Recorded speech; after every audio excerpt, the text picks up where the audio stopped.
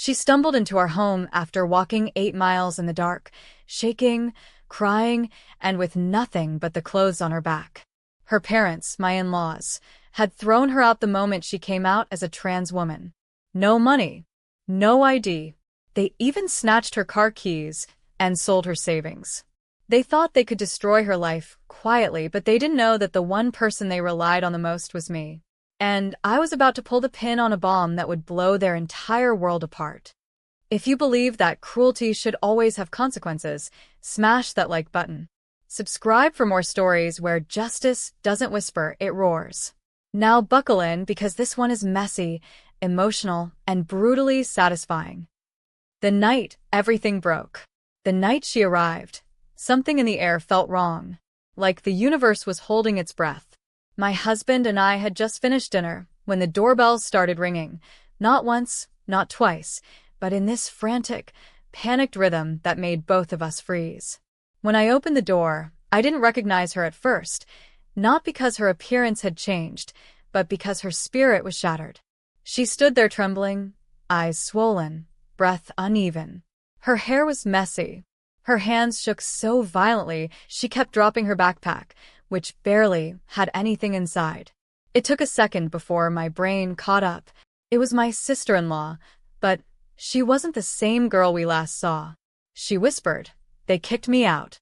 Her voice cracked mid-sentence, like she was still trying to hold herself together for just one more second and failing. She wasn't wearing a jacket. Her socks were wet. Her face looked like she'd cried the entire 8-mile walk. My husband pulled her inside immediately, wrapping her in a blanket. She clung to him like a drowning person grabbing the last floating piece of wood. When she could finally speak, the truth came out in broken pieces. Tonight, she finally came out as a trans woman. And her parents reacted with violence, not physical, but emotional violence that cuts deeper. Her mother called her an embarrassment. Her father yelled that she couldn't live under his roof as a lie. And before she could even process the rejection, they demanded she hand over her keys, snatched them away, and shoved her out. Her mother threw her backpack after her and slammed the door. My husband held her while she sobbed. I held her hand, but inside me, something darker started boiling. Their long history of cruelty. To understand why this night broke all of us, you need to know the family dynamic. My in-laws always had a strange obsession with control. Appearances mattered more than happiness. Reputation mattered more than love.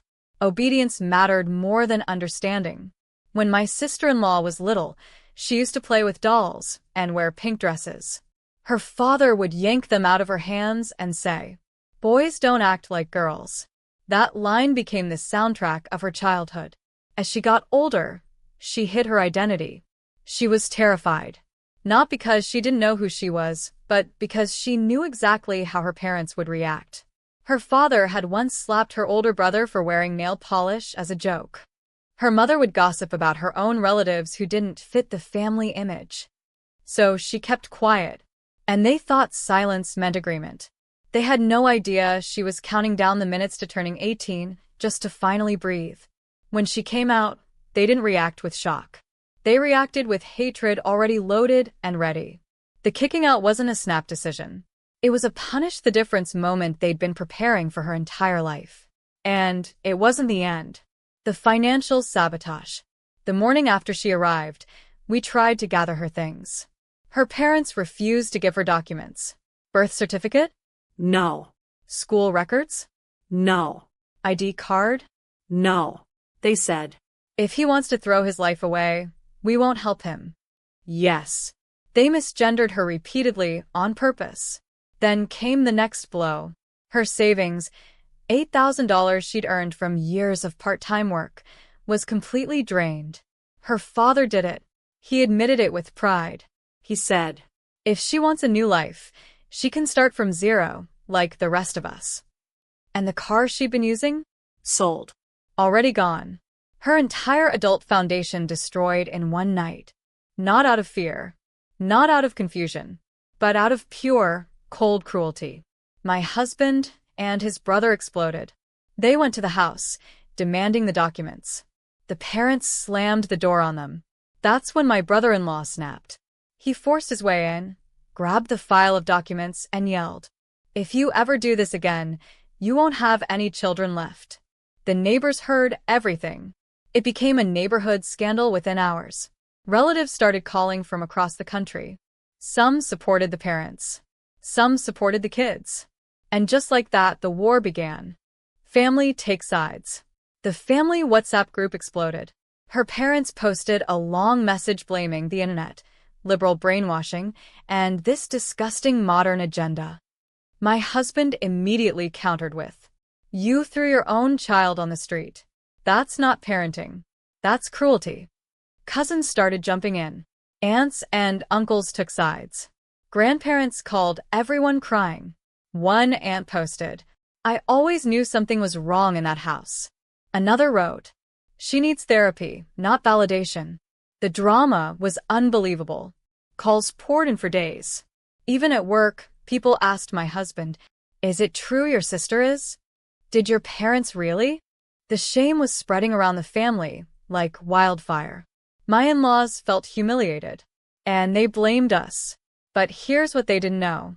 They hadn't even begun to pay for what they did, because the biggest consequence was still quietly waiting behind a door they had no idea existed.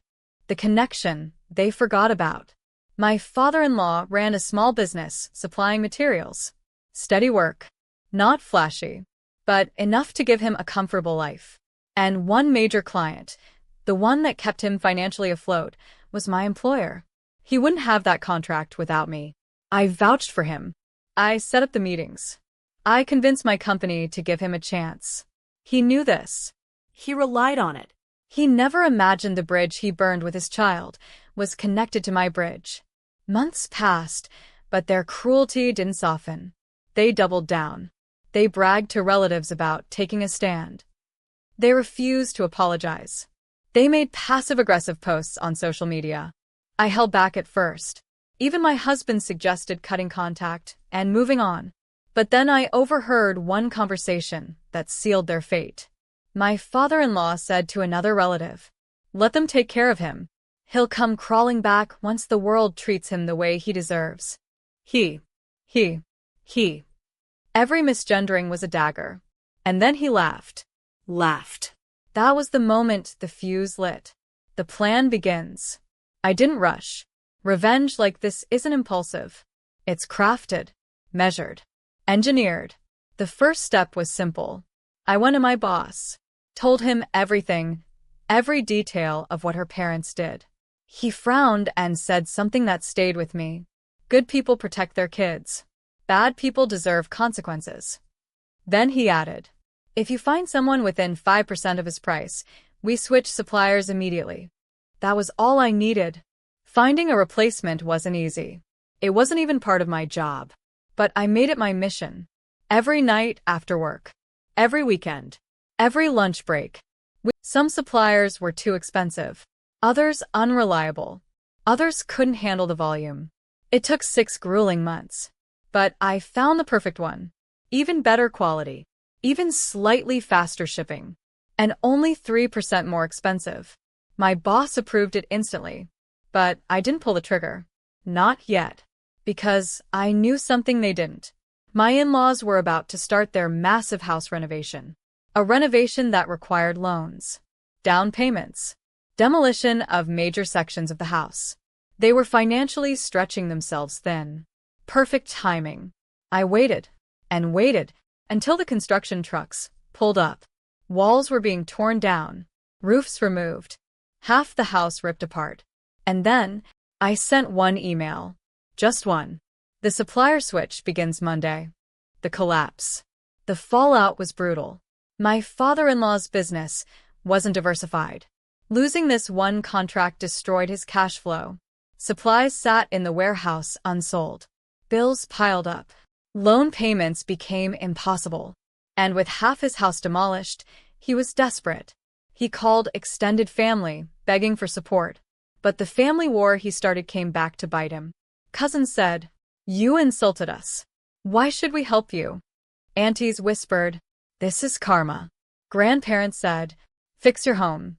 Fix your heart." He tried asking my husband. My husband refused. He tried asking my brother-in-law. He told him, "You made your choices. Live with them." He tried calling me.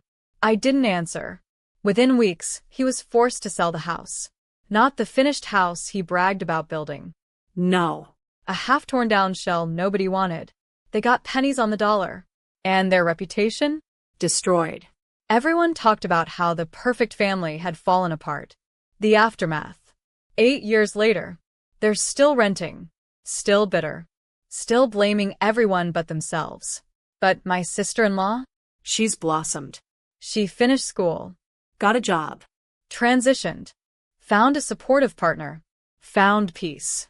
She said once, holding my hand, "Thank you for seeing me when they didn't." I didn't tell her everything. I never told her how deep the revenge went. Because the best revenge is the one they never see coming. Moment 1 minute. Years later, at a family wedding, my father-in-law avoided me the whole time. But near the end, he approached, face full of bitterness. He muttered, "You ruined us." I looked at him and said the quiet truth. "You ruined yourselves the moment you threw away your own child. I just stopped protecting you." He had no answer. He walked away with his head down. I didn't feel triumphant. I felt balanced. Justice wasn't loud. It was quiet, precise, inevitable. Revenge doesn't always come from anger. Sometimes it comes from love for the person who deserves protection, not punishment. And sometimes karma doesn't fall from the sky. Sometimes someone has to push it. If this story left you speechless, hit that like button. Subscribe for more stories where justice isn't just served, it's handcrafted. And tell me in the comments, what would you have done if this happened in your family?